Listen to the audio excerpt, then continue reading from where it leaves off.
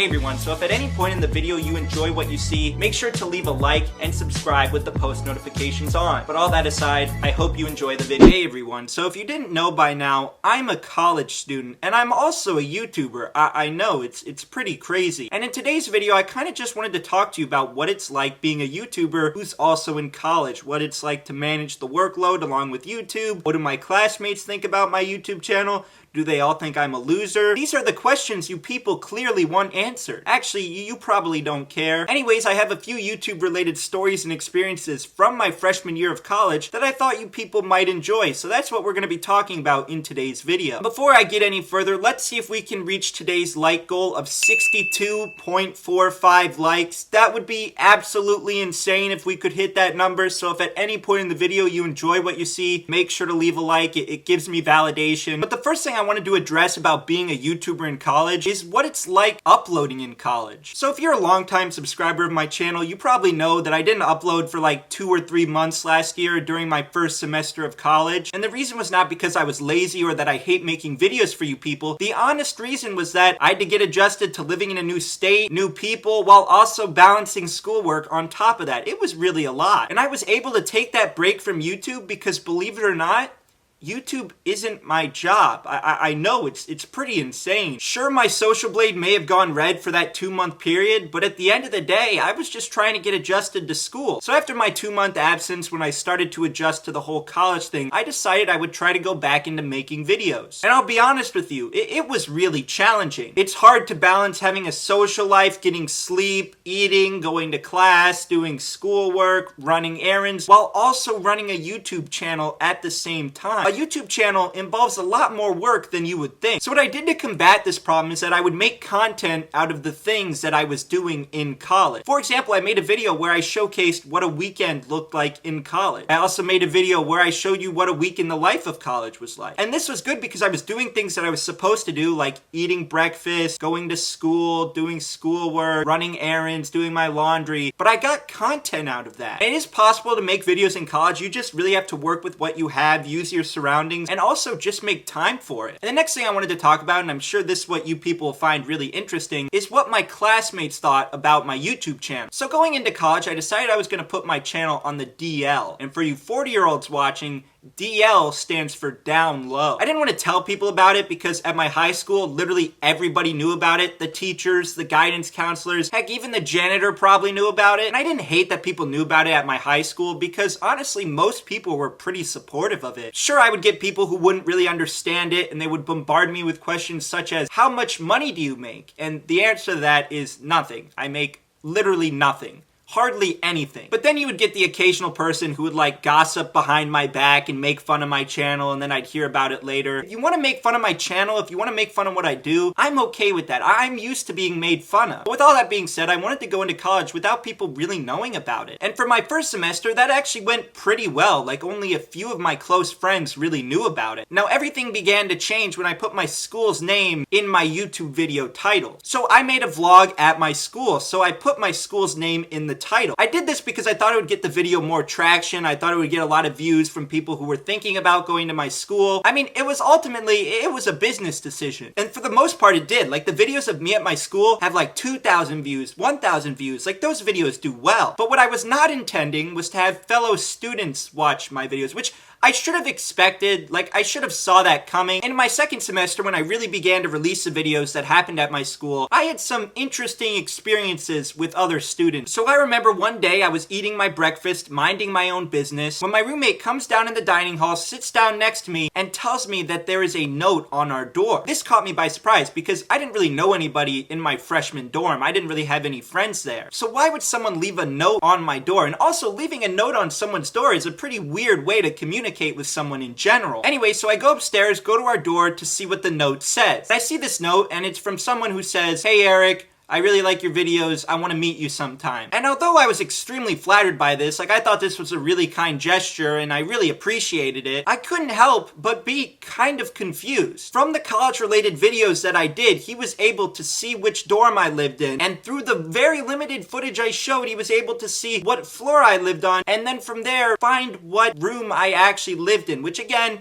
pretty concerning, but I think at the end I gotta hand it to this person because that was some serious detective work. And they left me their number, and I thought it was a really friendly gesture. Honestly, I wasn't really too creeped out by it. I don't really get creeped out very easily. And they texted back, and then we went back and forth, and then they just kind of stopped texting me, and we never met up, and I still have no idea what the person looks like. Maybe they were plotting to kill me. I really don't know. Another instance happened when I was eating my dinner. It was a Thursday night. I was eating alone, per usual. I was sitting there looking at my phone, probably watching a video. I don't remember what I was doing. And as I was watching this video and eating my food, a girl comes up to my table. And I was mid-chew and everything, so I was like munching down on my food, chewing really obnoxiously. And there's this girl just standing over me. And right when I looked up, I knew immediately that she was going to say something about my YouTube channel. Because no girl just randomly comes up to me. Usually girls don't talk to me in general at all. So while I'm sitting there chewing my food, she comes up and introduces herself and says that her and her friends like my videos. And let me just say, this was really cool. It was really awesome that a fellow student would come up to me and say that they enjoy what I do and to keep it up. Like, that was awesome. And it was a little awkward because I was eating, but I was trying to say thank you, but I didn't want to like open my mouth because I was chewing my food, so I had to do the thing where I like covered my mouth. So it was a little awkward. And that's when I also realized that there were a lot of people at my school who watched my videos, but they don't say anything about it because she had a bunch of friends who she said also watched my videos, but they didn't come up to me, which is fine. I don't like talking to people either. Like, I understand if you don't want to talk to me, even if you watch my videos, I completely get that. And this last instance is probably the most interesting encounter I've ever had at my school, to say the least. So one night, about 9 o'clock p.m. to be specific, I was feeling thirsty, so I got up and I went to get some water from the water fountain. The water fountain is like on the opposite side of my hall, so I walk over there, get some water, and then I walk back to my room. You know, typical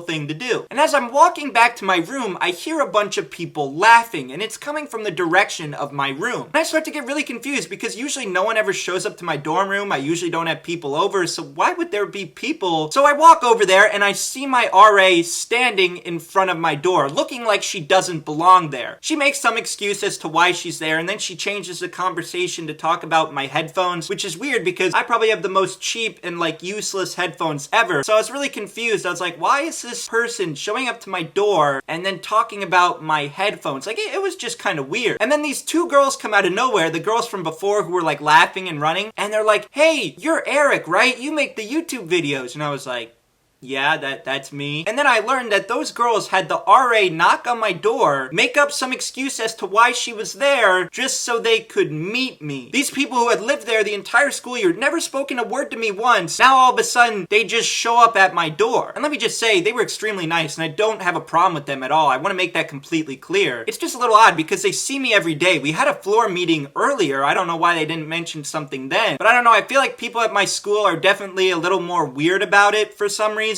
So the last thing I kind of wanted to address was the relationship between me and other creators at college. So as many of you know, I attend Loyola Chicago, and Loyola Chicago has about 16,000 people, undergraduate and graduate. And out of that large number, there aren't too many YouTubers, which is probably why a lot of people are weird about the whole YouTube thing, because there aren't a lot of YouTubers at my school in general. When you search Loyola Chicago and vlog, not too much really shows up. Wait a minute, I'm the third search result. You mean to tell me, out of the handful of people who make videos at my school, I can't even be the first one?